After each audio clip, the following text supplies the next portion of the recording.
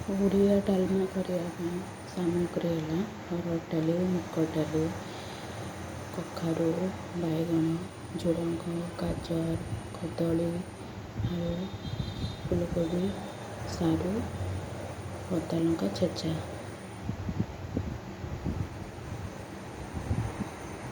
ତାପରେ ଆମେ ପ୍ରେସର କୁକରରେ ପାଣି ନେବା, ତାକୁ ଫୁଟେଇଦେବା। ଫୁଟେଇ ସାରିଲା ପରେ ଆମେ ହରଡ଼ ଡାଲିକି ପ୍ରଥମେ ଫୁଟେଇଦେବା।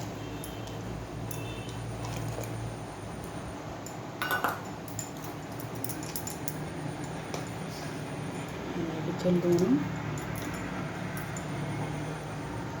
ହାଫ ଚାମଚ ହଳଦୀ ଗୁଣ୍ଡ ପକାଇ ଭଲ ଭାବରେ ଫୁଟେଇଦେବା। ଏମିତି ହରଡ଼ ଡାଲିଟା ଫୁଟି ଆସିବ। ଆମର ହରଡ଼ ଡାଲି ଫୁଟି ଆସିଲାଣି, ଆମେ ତ ସବୁ ପରିବାକୁ ପକାଇଦେବା।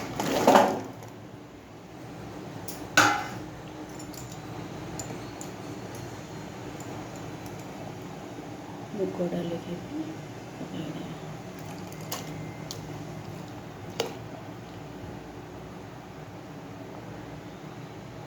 ଆମର ପରିବା ଫୁଟି ଆସିଲାଣି, ଆମେ ଏଥର କଞ୍ଚା ଲଙ୍କା, ଅଦା ଛେଚାକୁ ପକାଇଦେବା। ପକାଇ ପ୍ରେସର ଦେଇଦେବା। 2ଟା ହୁଇସିଲ୍ ଦେଇଦେବା।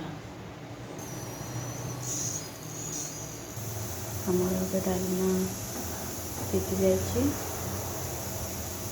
ଅନ୍ୟ ଏକ କଢ଼େଇରେ କିଛି ଲଙ୍କା, କିଛି ଜିରାକୁ ଭାଜି ନେବା।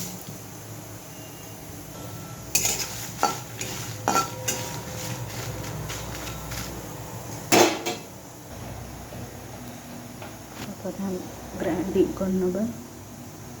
ଡାଲମାକୁ ଛୁଙ୍କ ଦେବା ପାଇଁ କଢ଼େଇ ଗରମ କରି କିଛି ତେଲ ନେବା।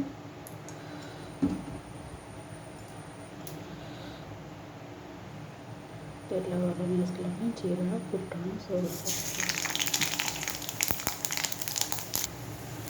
ଆମର ସୋରିଷ ଫୁଟି ଆସିଲାଣି। ତେଜପତ୍ର, ପଞ୍ଚଫୁଟଣ ପକାଇ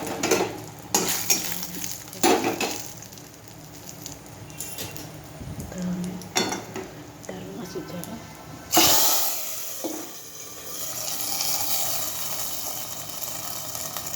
ଆମର ରେଡ଼ି ହେଇଛି ଡାଲମା। ଆମେ ଶେଷରେ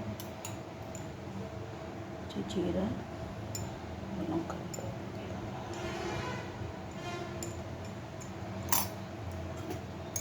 ଆମର ରେଡ଼ି ହେଇଛି ଓଡ଼ିଆ ଘରର ଡାଲମା।